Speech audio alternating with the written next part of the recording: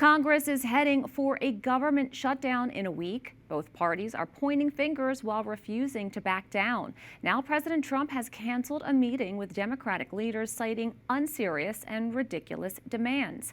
Let's check in with Capitol Hill correspondent Erik Rosales for the latest. Erik. Well, good evening, Veronica. House Minority Leader Hakeem Jeffries and Senate Minority Leader Chuck Schumer were planning to meet with President Donald Trump later this week on Thursday. They wanted to try and convince him to back their demands to restore billions of dollars in health care cuts as part of a 6-week continuing resolution to keep the government open until November 21st. Now that meeting has been called off, and the Democrats, well, they're sounding off.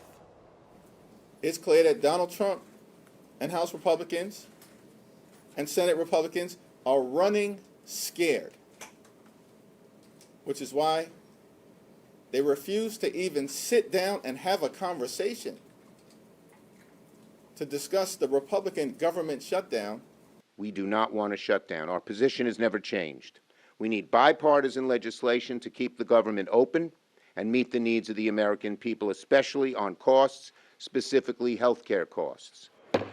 You may recall the Republican-controlled House passed a 6-week clean CR last week, and Senate Republicans made it clear revisiting health care cuts now is off the table. The suggestion by the Democrats that somehow they ought to be able to hijack a continuing resolution to attach $1 trillion of policy and cut things that we just funded a short few weeks ago, like rural hospitals, is completely out of any sort of historical context of what continuing resolutions have been used for in the past.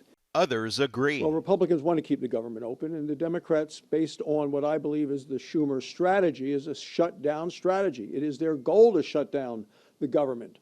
Democrats argue that Republicans control all levels of power in Washington and would be responsible for any shutdown.